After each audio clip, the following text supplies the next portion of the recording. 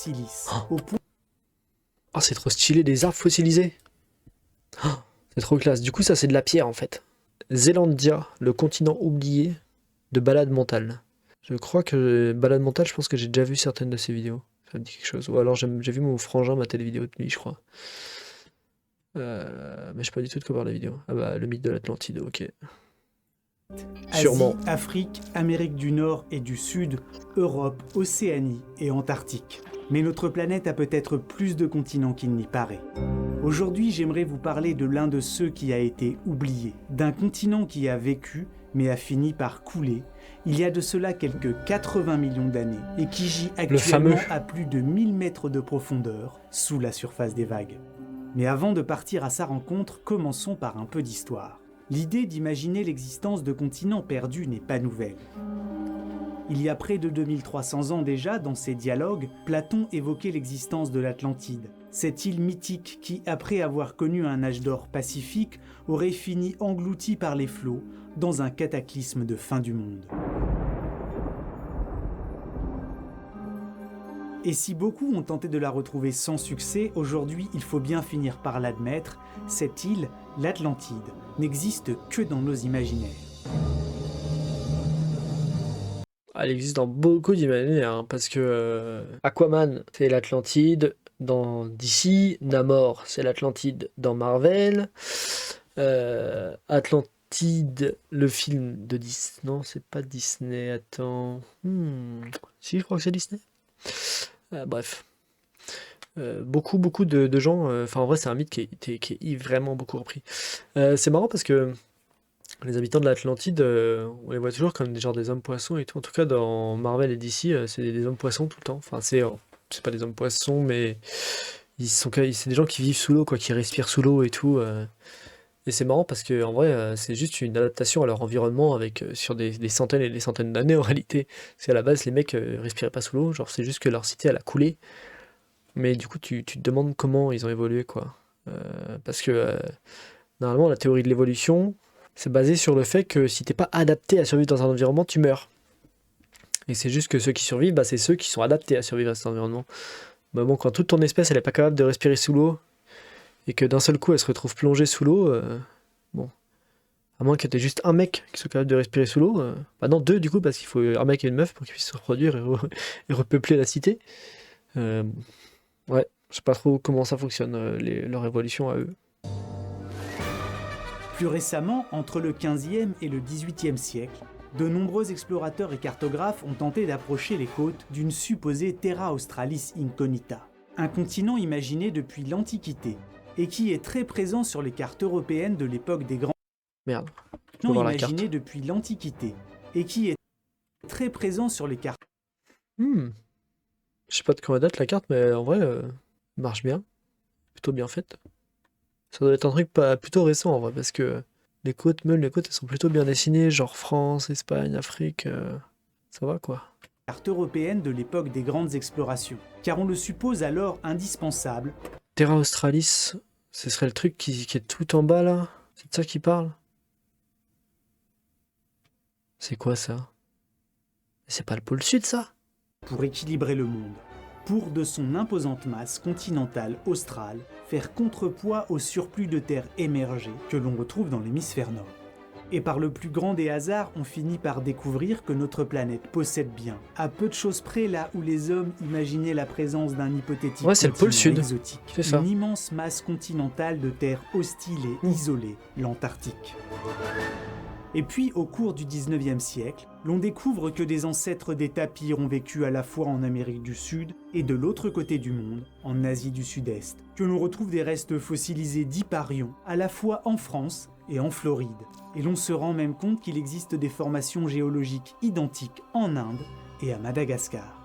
Devant cette étrangeté, nombre de scientifiques, embarrassés par ces énigmatiques similitudes, par le fait que des zones extrêmement éloignées du globe ont eu comme un passé commun, en viennent pour expliquer ce mystère à C'est quoi, c'est genre un continent qui s'est fractionné et divisé et qui s'est réparti à travers le monde, c'est ça qu'il va nous dire? Des ponts de terre. Ils imaginent alors pour permettre aux animaux terrestres et aux plantes de se rendre de Ah, mais c'est la théorie de la terre creuse qu'on voit dans King Kong et tout ça. dans les derniers Kong et tout, les trucs de terre où genre il y a des trucs, la terre elle est creuse et il y a des animaux qui se déplacent, enfin des animaux, des monstres du coup qui se déplacent dans les couloirs pour sortir à différents endroits de la terre. C'est ça le machin en fait. De l'autre côté du monde, la présence dans le passé d'hypothétiques et larges bandes de terre, pouvant courir sur des milliers Ah de non, c'est pas kilomètres ça. et reliant entre eux des continents aujourd'hui séparés par d'immenses étendues d'eau. Donc il y aurait Ainsi, juste eu à des, chaque fois qu'un fossile il y aurait juste eu des bandes de terre, de longues bandes de terre comme ça qui correspondent sur la surface de la terre juste pour faire des ponts quoi. Des ponts entre les continents. d'espèces ou qu'une formation C'est un peu géologique chelou. identique sont retrouvées de part et d'autre Ça paraît d'un pas très océan. naturel, quoi. On sort les crayons et on relie les continents. The fuck. Hein? Ok. Le souci, c'est que ces ponts qu'au 19e siècle les géologues dessinent un peu partout dans leurs imaginations semblent dans la réalité avoir tous obligeamment disparu sans laisser aucune trace de leur existence antérieure. Et ce Bah, n'est qu'au milieu du 20e siècle que Après, en soi, il y a des ponts comme ça qui existent dans la réalité. Il y a ça. Ça, c'est genre une toute petite bande de terre en vrai qui relie genre deux énormes blocs de terre, même si c'est le même continent, mais attends. Oui, hein, c'est le même continent, ça, je crois. Hein. Ou c'est deux continents, Amérique. Amérique du Nord et du Sud, c'est le même continent, il me semble. Et bon, il y a une toute petite bande de terre qui relie ça aussi, quoi. Voilà. Donc ça arrive, en vrai. Le souci, c'est que ces ponts qu'au 19e siècle les géologues dessinent un peu partout dans leurs imaginations semblent dans la réalité avoir tous obligeamment disparu sans laisser aucune trace de leur existence antérieure. Et ce n'est qu'au milieu du 20e Mako est siècle vachement que meilleur l'on va aujourd'hui. finir par Je admettre, sais pas pourquoi. par prouver, que les continents sous nos pieds dérivent et se déplacent depuis la nuit des temps dans un jeu de puzzle géant appelé la tectonique des plaques. Et il va falloir encore attendre près d'un demi-siècle pour se rendre compte qu'en réalité cela fait un petit moment déjà qu'un continent perdu a été découvert. Connu de tous, celui-ci est même habité. Des millions Nouvelle-Zélande. d'humains vivent à son sommet et posent depuis des siècles et tous les jours sans le savoir leur regard sur les parties émergées d'un véritable mastodonte qui a fini par couler. Ce qu'une équipe Je suis internationale curieux. de scientifiques a réussi en 2017 à montrer, c'est qu'il existe sous l'océan Pacifique Sud, à l'est de l'Australie, un continent englouti et qui s'étend sur une superficie No totale way. d'environ 4 900 000 km², soit 8 fois plus grand que l'île de Madagascar, une île déjà si imposante qu'on la qualifie souvent de microcontinent. En fait, ce territoire dissimulé sous les mers est baptisé Zeelandia, est si grand qu'en prenant en compte la totalité de ses parties immergées, celui-ci atteint facilement 2 fois la taille de la plus grande île du monde, le Groenland. Mais pourquoi ils appellent ça un continent? Parce que je veux dire, le truc est immergé. Donc c'est pas un continent. Un continent, ça peut être immergé. Ça décrit quoi un continent? Ça décrit juste des plaques en fait, il me semble. Atteint facilement 2 fois la taille de la plus grande île du monde, le Groenland. Mais surtout, c'est quoi à côté? C'est l'Australie? Si grand qu'en prenant un territoire C'est imposant ça, hein? qu'on la qualifie Ouais. Putain, la vache, c'est vachement grand. Hein. Quand tu le compares, quand tu te poses à côté, effectivement, ça fait la taille d'un continent presque. souvent de microcontinent. En fait, ce territoire dissimulé sous les mers est baptisé Zeelandia, est si grand qu'en prenant en compte la totalité de ses parties immergées, celui-ci atteint facilement 2 fois la taille de la plus grande île du monde, le Groenland, ou encore les 2 tiers de la savais pas que c'était une superficie île, le de son Groenland. imposant voisin, Pas l'Australie, considéré comme une île. une île si vaste qu'elle était littéralement considérée comme un continent. Pris dans son ensemble, l'édifice que constitue Zeelandia et qui s'élève à plus d'1 kilomètre au-dessus des fonds alentours est de très loin la plus grande structure continentale immergée de notre planète. Attends, par contre, on va pas me dire que l'Australie c'est considéré comme une île. Hein. Ensemble, l'édifice que constitue Zeelandia et qui s'élève à plus d'1 kilomètre au-dessus des fonds alentours est de très loin la plus grande structure continentale immergée de notre planète. Une structure dont seuls 6% de la surface dépasse au-dessus de l'eau. Ainsi, les îles de Nouvelle-Zélande et de Nouvelle-Calédonie, comme les quelques bouts de pierre qui percent difficilement au-dessus de la mer, tels que la fascinante pyramide de Ball et ses 562 mètres de haut, reposent toutes sur une masse de roches prodigieusement énorme, situé en dessous. Et Ah, c'est trop marrant quand tu y réfléchis parce que du coup, ça veut dire que tous les mecs qui vivent en Nouvelle-Calédonie, en Nouvelle-Zélande et tout, en fait, ils vivent tous en haut d'une montagne, en fait. C'est vraiment juste ça. Mais c'est pour ça que c'est hyper. C'est peut-être. Ils sont peut-être tous en haut d'un volcan, en fait. La Nouvelle-Zélande, c'est pas genre hyper volcanique et tout? Ça doit être ça. En fait, ils sont au sommet d'un volcan. C'est Wano Kuni dans One Piece. Ils sont. La vraie île, elle est en dessous. Et en fait, ce qui les passe, c'est juste le sommet du cratère du volcan. Et ils ont fait toute leur vie là-dessus, font ainsi en quelque sans le sorte savoir. partie d'un ensemble beaucoup plus vaste, dont 94% de la superficie est aujourd'hui dissimulée sous la surface des vagues. Mais il n'en a pas toujours été ainsi. Et même si Zelandia est aujourd'hui en grande partie immergé, il fut un temps où ce continent était à l'air libre. En étudiant la nature des roches et des minéraux dont sont constituées la Nouvelle-Zélande et ses terres émergées, comme celles alentour situées sous les mers, et en les comparant avec d'autres régions du monde, les chercheurs ont pu reconstituer une grande partie de l'histoire de ce continent oublié, et découvrir qu'il a lui aussi apporté sa pièce à l'édifice du grand puzzle de la tectonique des plaques de notre planète.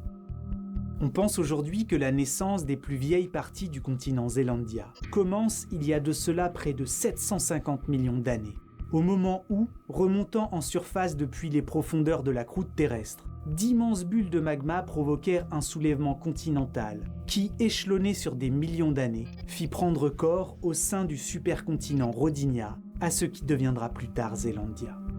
Je suis en train de penser à ça. C'est trop intéressant de voir qu'en fait, ils ont découvert ça genre en 2017, je crois que c'est ça qu'ils disaient. Du coup, moi qui ai quitté l'école genre en 2012, ben.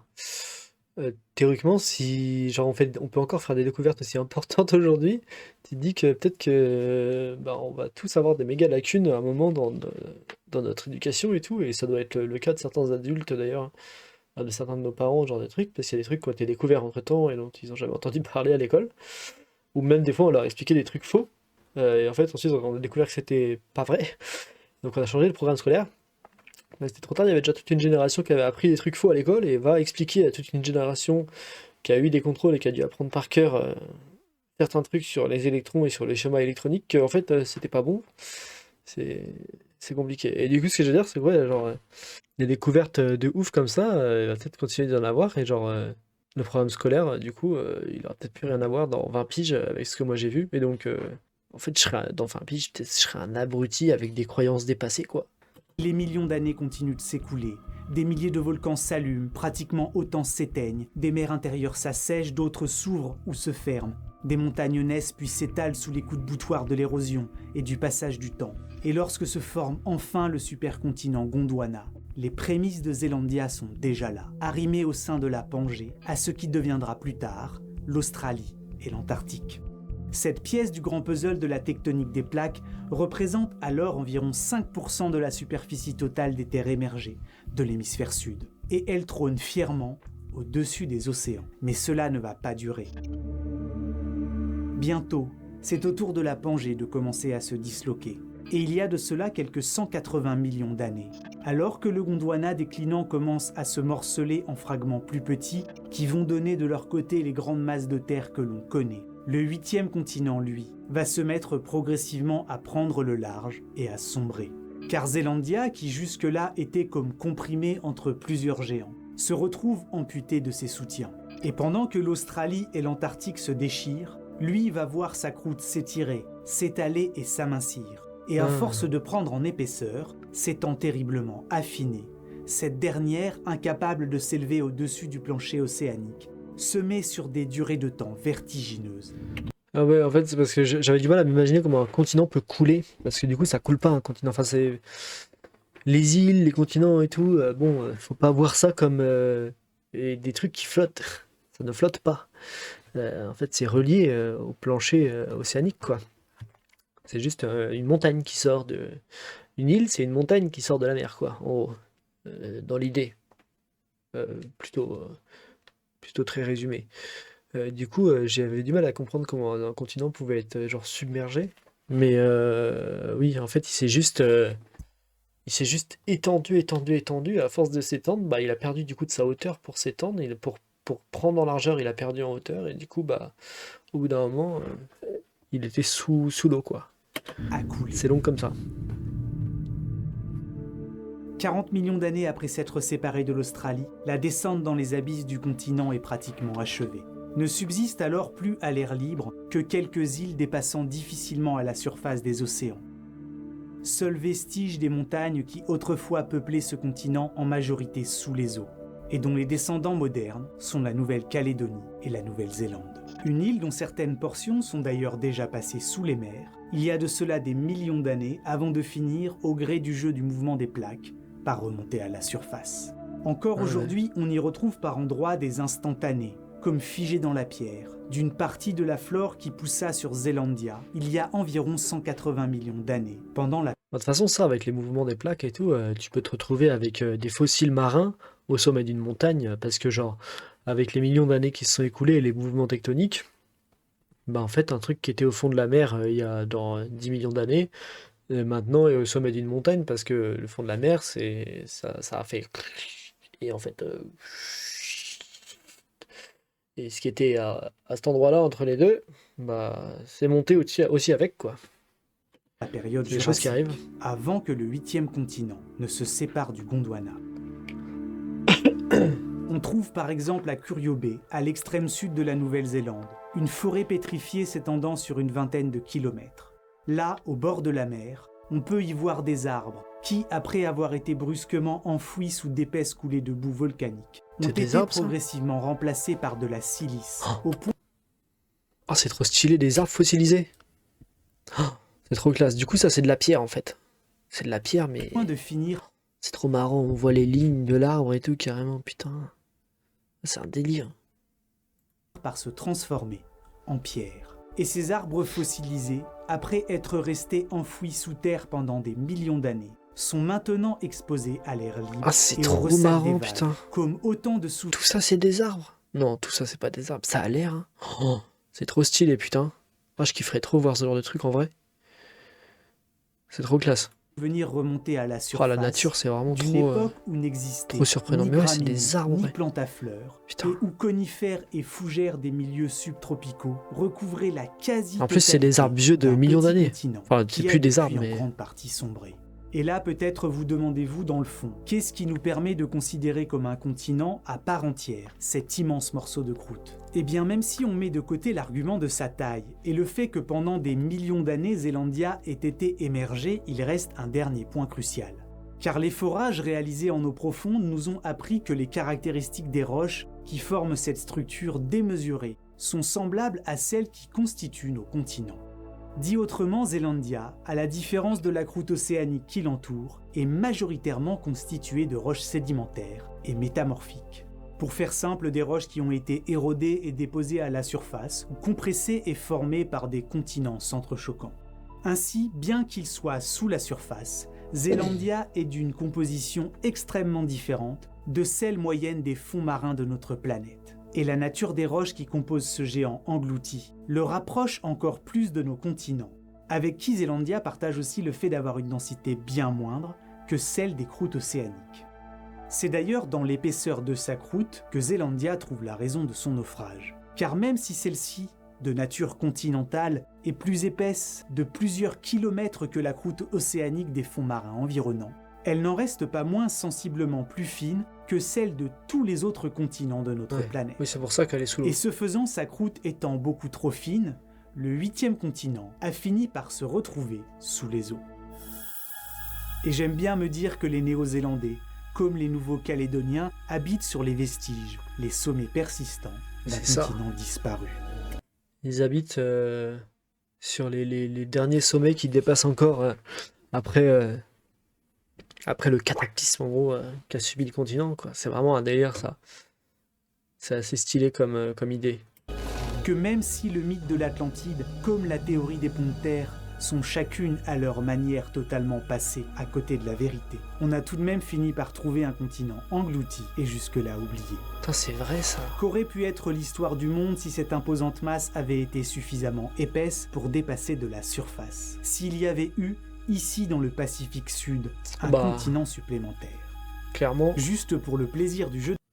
Géopolitiquement et tout, bah, en fait le monde serait pas pareil, hein, ça c'est sûr. Avec un continent en plus, laisse tomber. l'esprit, je suis preneur de vos fantaisies. Traduction, lâche-toi en commentaire et abonne-toi à mon Insta.